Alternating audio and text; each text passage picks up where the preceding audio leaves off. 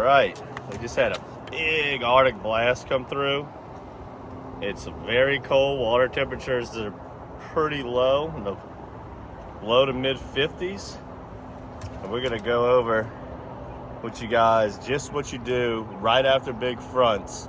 As you can see, we're not on the bridges, we're not in the lake. We are ducked off looking for clean water.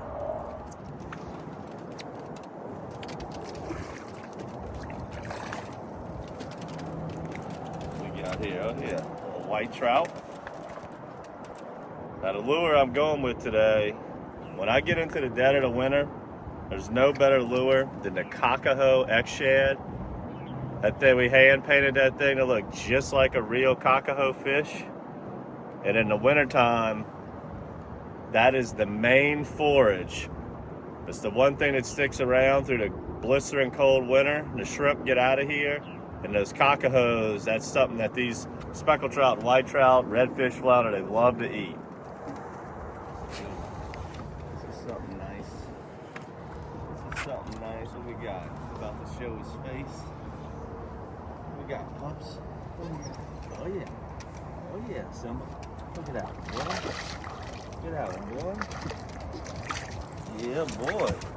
Look at the size of that white trout. That's a white trout, y'all guys. We fishing for specks or whites, anything, reds. That surprised me. I thought for sure that was going to be a big speck, but that Kakaho X-Shad, I'm telling y'all, this is a freaking awesome lure for the winter. The size of that whitey.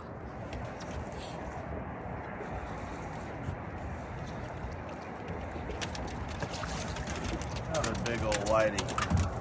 This might end up being a nice white trout video. Beautiful, beautiful fish. I'm going to let this one go. But what I'm doing is, this canal here is just about 10 to 12 feet. And then as I enter this bigger one here, this is, so you can look at on the depth finder. This one is 20 foot. So we got a nice little drop off where it goes from relatively deep to, you know, this deeper part at 20-25 foot. This is a great place that they can hunker down when it gets super cold at nighttime, and that super deep water gives them a place to survive when it gets really cold at night. That's whenever it really bothers a fish, is at nighttime. Get a big front that comes through, the lows are in the 20s. Get to the 20s at night, that water temperature's already in the low 50s, they really will seek out some deeper waters, and they get into more like a survival mode. But when you get nice sunny days like this, they'll start moving around, and even though it's really cold, they get eager to start feeding again. So you give it a good 10 to 15 count to get to that bottom. Let's see what we got. If he's still on these white trout, Simba's ready. Simba's ready to see. Oh, look what we found. Mr. Speckled Belly. What's that, Simba, bud? Oh, Simba likes them speckled bellies. So them white trout were kind of in the shallower water. Maybe all of those bites I just had was some specks crushing that Kakaho X-Shad. Let me get this one up. See if we can get a few more of these.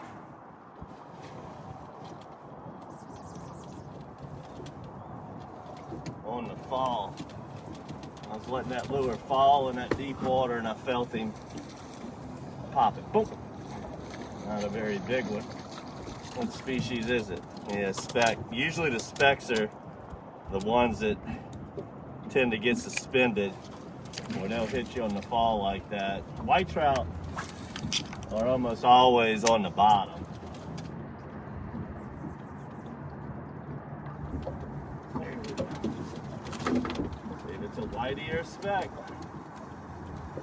Those white trout really fight good. That's a speck of rooting. Well, Simba gets wound up for them specks, huh, Simba? Simple. Nice little keeper spec.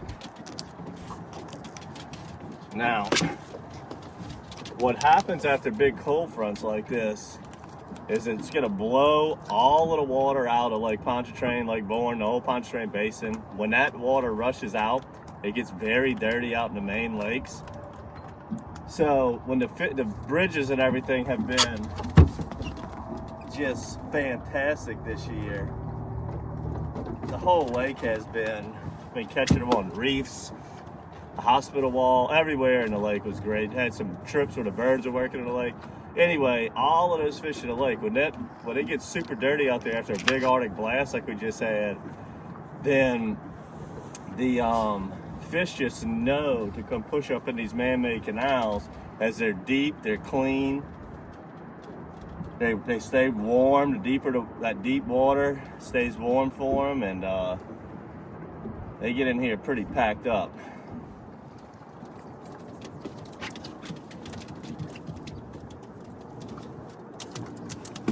Double trouble. We got double up. Double up.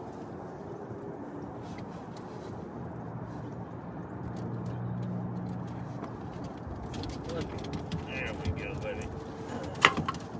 John's got the runt. I got the bigger one. You're gonna get a lot of doubles in the wintertime. You might go an hour without a bite.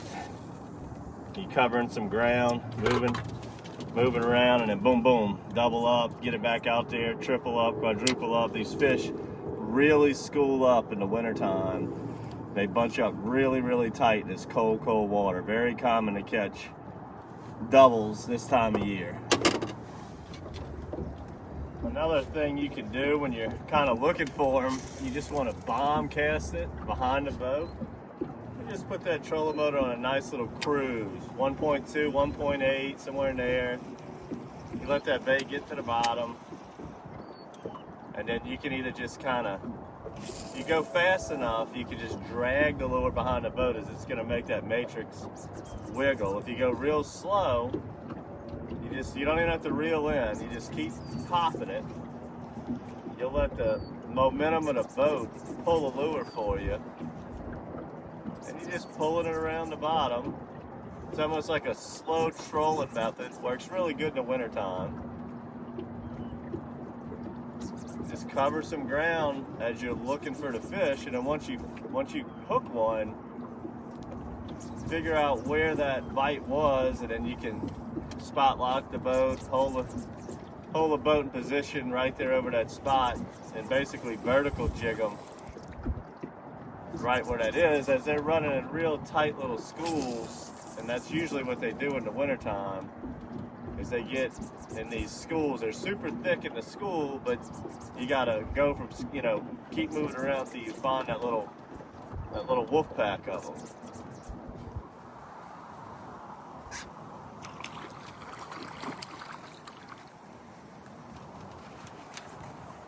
The 13-inch specs and the 17-inch white trout. Pretty crazy combination of difference there. I'll just show you the technique I'm kind of doing. I'm bomb casting it out with just a light dribble back in, and you'll just feel them barely tick it, or a little bit of weight on the bottom. With these fish in the winter, they're typically going to be on the bottom. You'll get a few suspended specks. We got a water skier here. Back-to-back dinkers. We've caught some really good ones in here, but they're all shapes and sizes. But you just throw real long casts, let it get down to the bottom, and just dribble it back in. Very simple fishing. And it's, when you get these big cold fronts, the wind's blowing, it's cold. These houses will protect you in these man-made canals. It's nice and warm. You're not making long, cold boat rides.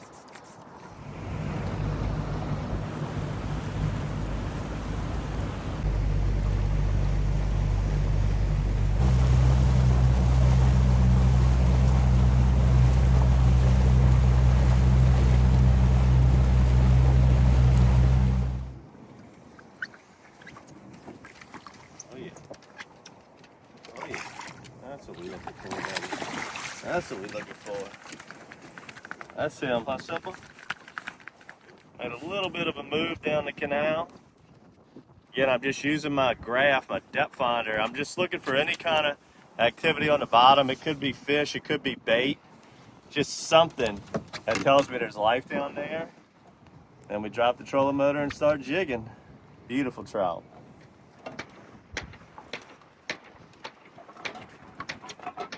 That's a good trout, pups. That's a good trout. Oh, simple bud. This little move, we're not catching the fish quite as fast as we were before, but it's purely specks here. What was weird about the last spot, we were catching specks about this size, up to about 17 inches, but the white trout were the big fish of the day. So we moved a little, now it's pure specks, and gotta love being able to fish, not even have to leave the canal, stay warm on real cold winter days like this.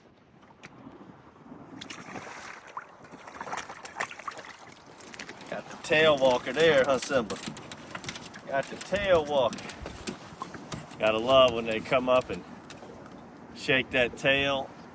That old yellowmouth.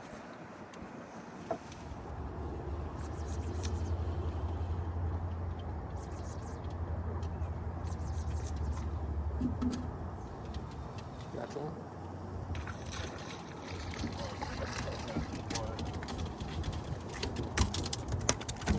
What we got here, Simba? Alright, another speck. So the conditions right now is the water got totally blown out. You can see the mud on the banks, and that just consolidates them together in these deeper man-made canals. And what blows the water out is hard north and northwest winds. You can see the flag. Still, this is the end of the front, still lingering. Still got that north-northwest flow. But that's what puts these trout in these wintertime patterns. Is really the water depths is the key, and then obviously water temperatures. This fish doesn't even feel that cold to my hand, as they can just handle that temperature so well when they're in this deeper water. Got a good one, pups. Got a good one. Got a good one for y'all. Ooh, pups. Get a side, dude. We are catching some absolute hammer white trout, y'all. These things are studs. Studs of a white trout. Look at that thing. Look at that thing. That's what I'm talking about. The white trout are bigger than the specks. You don't see that too often.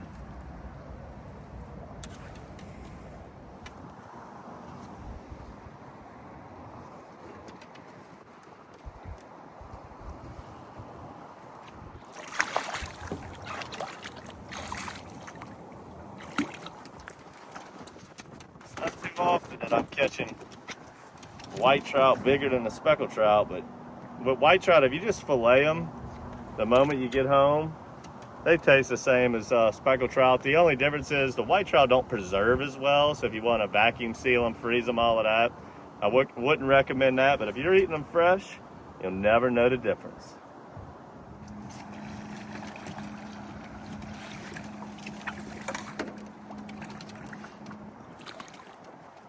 Oh, freckle belly. These fish are packed in here like piranhas, huh, Simba? Like piranhas. Go ahead and let this guy go. He's a keeper, but let him go.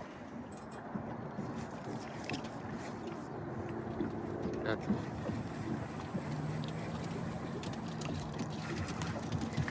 Double up. Put him right here, too. Oh, double trouble. Alright guys, I'm going to go ahead and end it on that one. We both using that Cockahoe X-Shad, but that's the wintertime fishing in a nutshell. Hope you enjoyed this episode, guys. Make sure to subscribe to our monthly bait box. You'll be getting these Cockahoe X-Shads in your bait box here. Fabulous bait. Don't be afraid of the cold weather. Bundle up, fish deep. Use your electronics to help you find these fish, and you can catch plenty of fish in the dead of the winter time. Make sure to subscribe to our YouTube videos. We fish these man-made canals throughout the winter. Got plenty of videos on it. And until next time, guys, good fishing.